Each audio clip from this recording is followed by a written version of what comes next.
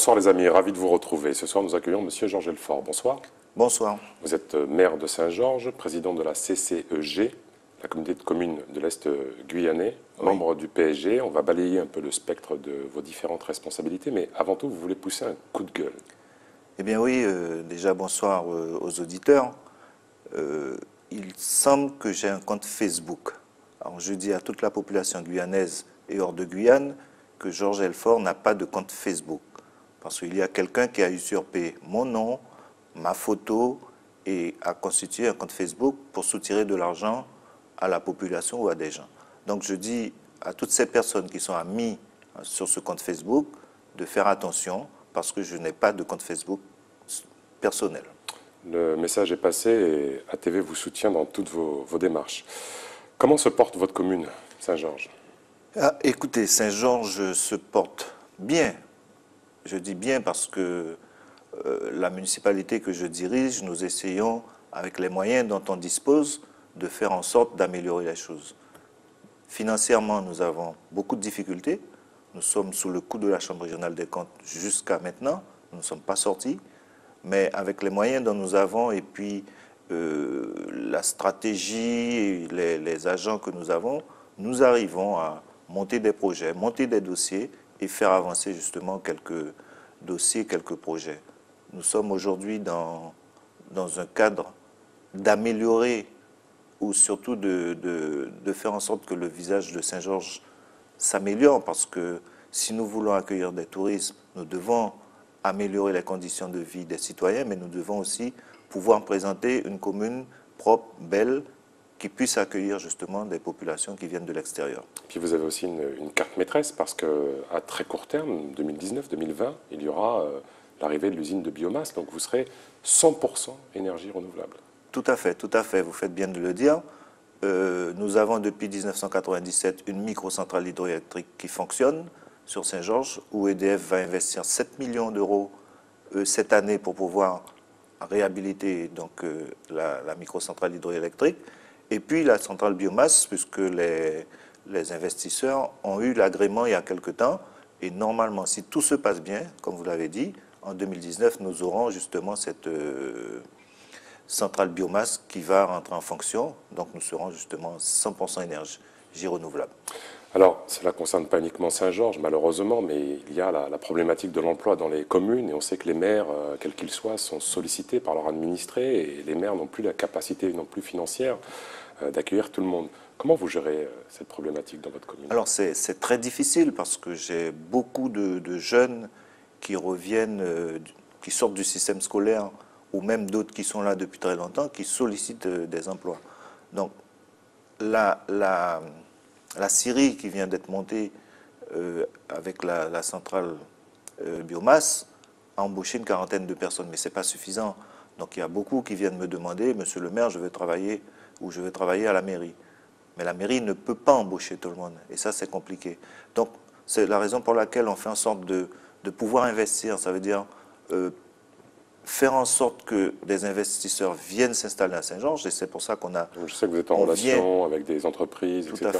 Tout à fait. Donc on vient d'achever la zone d'activité qui est restée depuis plus de 6 ans. Donc nous l'avons achevée. On va commercialiser les parcelles cette année et l'année prochaine. Et on espère que des entreprises viendront s'installer et pourront justement embaucher des jeunes ou des personnes moins jeunes qui souhaitent travailler. Parce qu'il y a beaucoup qui souhaitent travailler mais qui n'ont pas la capacité de trouver un travail. Sur place.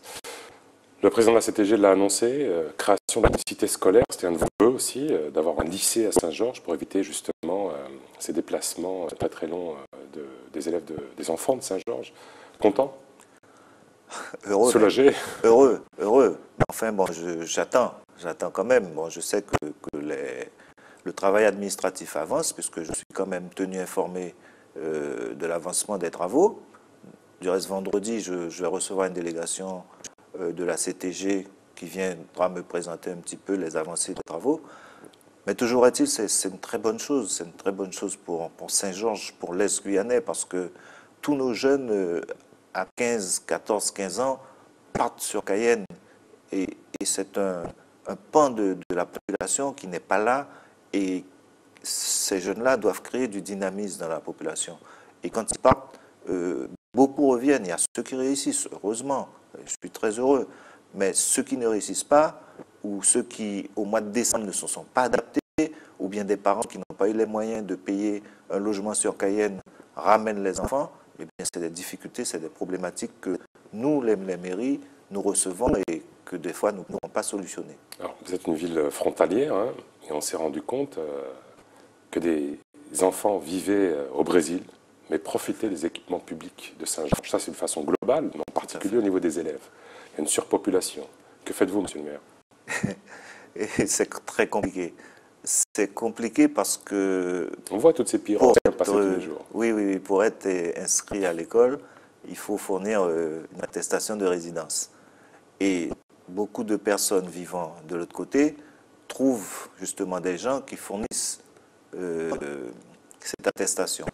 À partir du moment où la personne a une attestation de résidence, je ne peux pas ne pas l'inscrire à l'école. Alors, on a essayé avec la gendarmerie de leur donner ces attestations qu'on voit qui sont douteuses. Et bon, jusqu'à maintenant, ça n'est pas résolu, ça ne s'est pas résolu.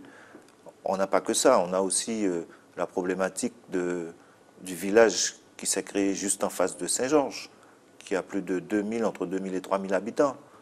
Et ces personnes vivent pratiquement toute la journée sur Saint-Georges. Donc ils profitent des équipements publics sans cotiser, sans rien. Donc 4000 habitants, je crois, nous sommes à plus de 8000 habitants sur Saint-Georges parce qu'ils profitent de tout. Ils ramènent les poubelles, leurs sacs poubelles, ils jettent dans les poubelles. Ils viennent prendre de l'eau potable dans les...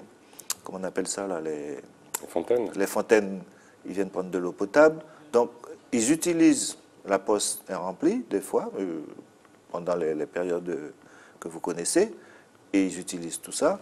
Et nous supportons pas 4000 habitants, nous supportons environ 8000 habitants, puisque même le recensement qui a été fait, des gens, nous savons qu'il y a des gens, les enquêteurs ne peuvent pas mettre ce qu'ils veulent, c'est la personne qui remplit sa fiche, et on sait qu'il y a des maisons où il y a plus de gens que ce qui a été recensé. Très bien, le format de l'émission est court. Dernière petite question, vous êtes toujours membre du PSG, fidèle? Oui, je suis toujours membre du Parti socialiste guyanais. Jusqu'au bout, je ne sais pas. Mais pour l'instant, je suis toujours membre du Parti socialiste guyanais. Je ne quitte pas le navire quand ça ne va pas. Mais bon, je suis là. Roland Léon fait un très bon travail. Et puis, j'espère que nous allons remonter la pente. Monsieur Georges Delfort, merci beaucoup de vous être déplacé jusqu'ici. Encore une fois, vraiment merci. Nous avons été ravis de passer ce moment avec vous. Les amis, les programmes continuent sur ATV Guyane. Tchambé.